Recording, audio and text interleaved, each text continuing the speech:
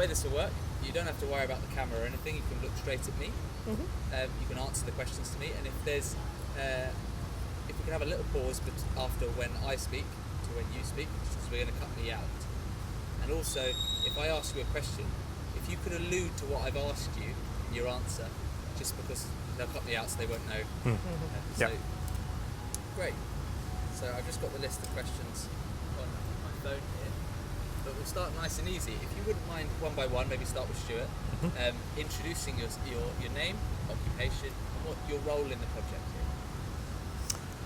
So if you answer the questions to me. My name's Stuart Haslam.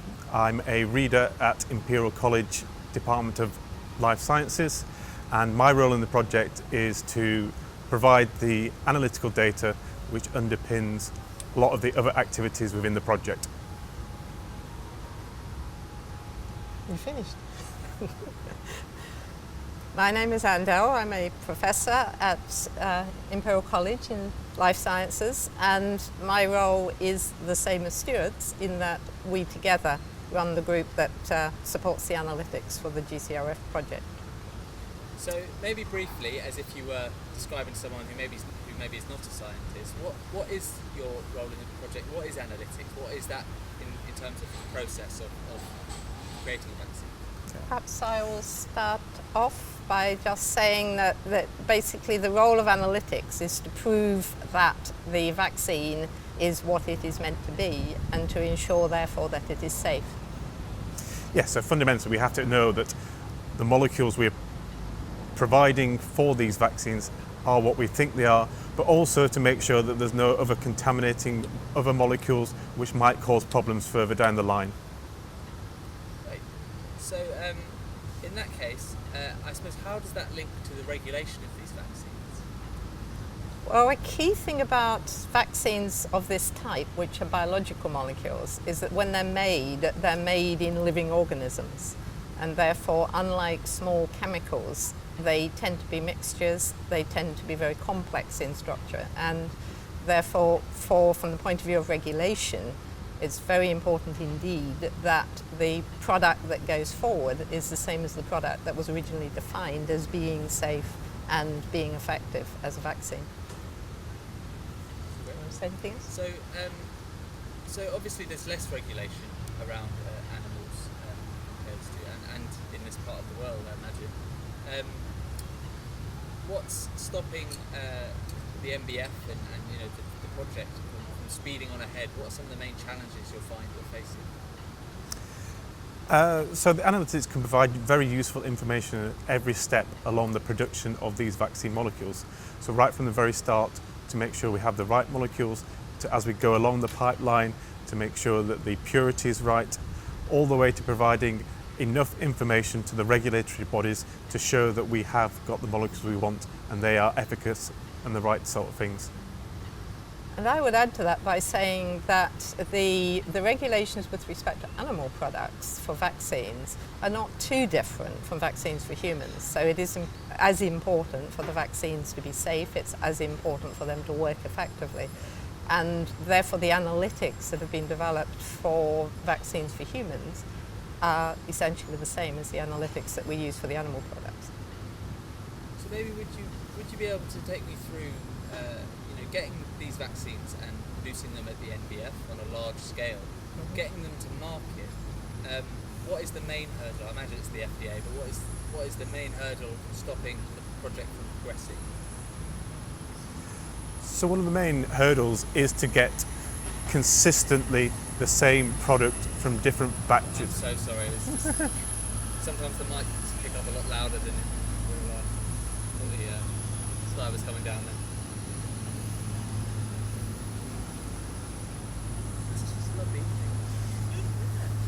Yes, you can cut this out, but sometimes the main hurdle is it's so much nicer to be sitting out than being in the lab and doing the research and production. So, you're going to put that in the outtakes, yes. There's a director's cut in this.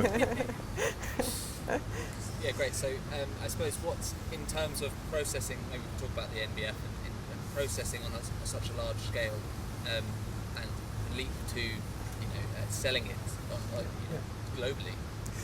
Yeah. So one of the main challenges is the scalability. So all the way through the pipeline, starting off in small batch production to eventually get into larger and larger batch production, the product has to be exactly the same in the small batches all the way up to the larger batches which will finally go onto market. So the analytics are very important for checking every single step of that process, every single size batch, that the product is exactly the same from the start to the finish. And to add to that, it isn't necessarily that it won't be straightforward to go from a small batch up to a large batch, because what can potentially happen is that the living creatures that make these products may behave differently when they're in the different conditions of the large batch compared with the small batch, which is why, again, the analytics is so important to prove that the product is the same when it's a large batch process compared with a small batch. So maybe talking specifically about the FDA and what you went to the meeting yesterday, why is FDA approval important, and why is FDA approval difficult in the instance of this project? So fundamentally, we need FDA approval in order to sell these and in order to get these vaccines onto the market. So without the FDA approval, it's going to be impossible to get anything onto the market. It's going to be impossible to get anything into the pigs and improve the welfare of the pigs in Thailand and the surrounding area.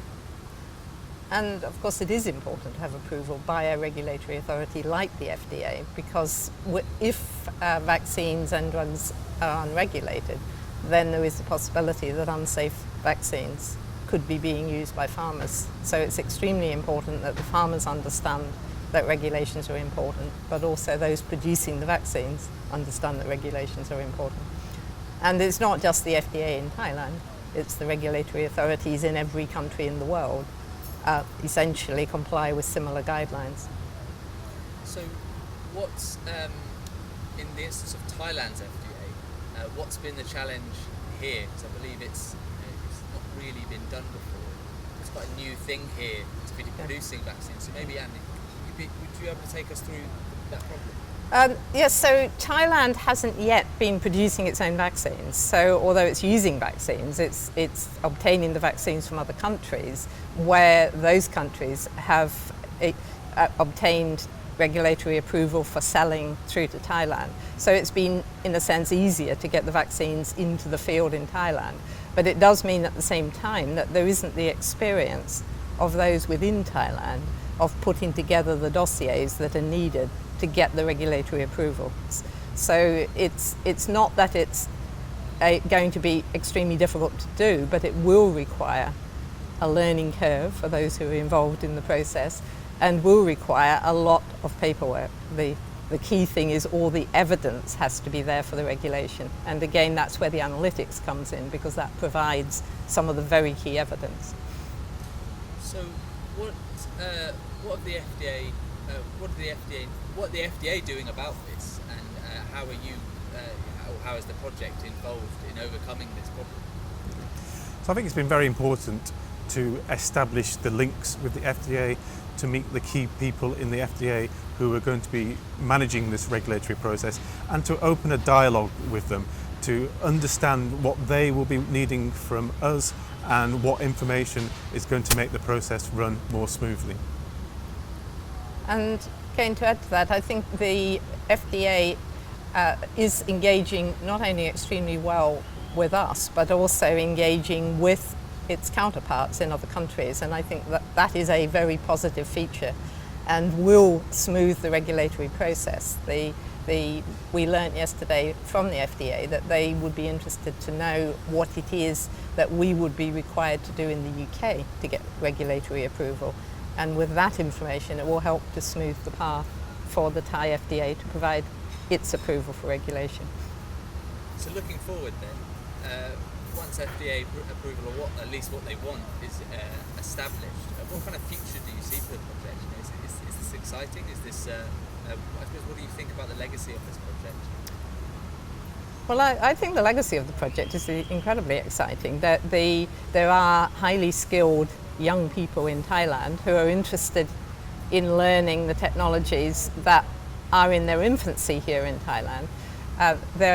The potential market and the impact on Thai agriculture, on food security in Thailand is enormous. So I think particularly from the point of view of the pig vaccines, just those alone will have what I believe will be an incredible impact on the health and welfare of the animals, but then on the health and nutrition of the human population in Thailand. So fundamentally, the development of a better, cheaper vaccine could have tremendous impact on not just the Thai pig farmers, but hopefully in the greater Southeast Asia area as well. And that would be a real legacy for this project. So you personally, as not scientists but humans, but this is a giant project. It's and the ripples this will cause. The impact on the local economy,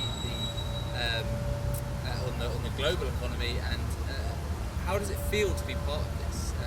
Do you often think about the splash this is going to make after you get it done, or do you just focus on the science?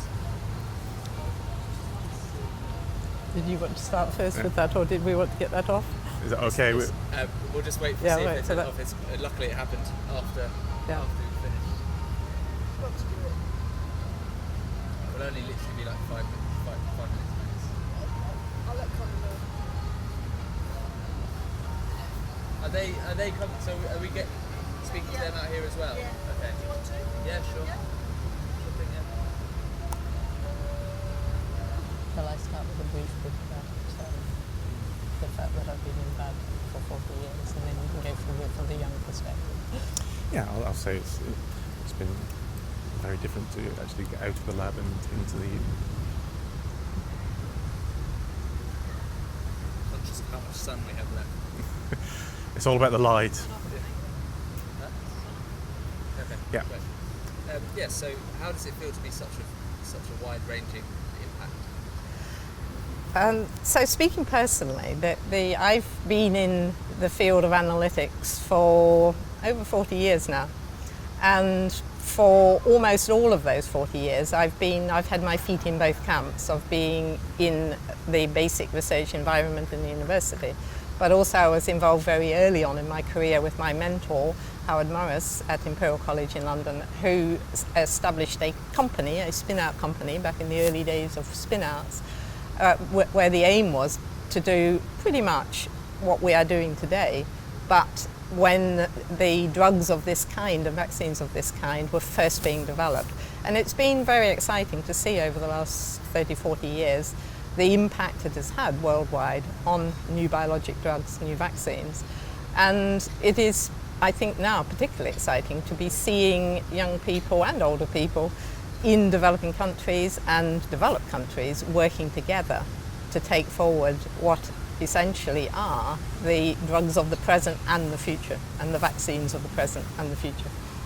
It's just been really exciting to get out of the lab in London at Imperial, to come out to a country like Thailand, to meet the scientists in Thailand, share the experiences and being involved in the project right from the very start, and providing the analytical data all the way through the process, hopefully to get an excellent product onto the market. I think that'll be a real legacy.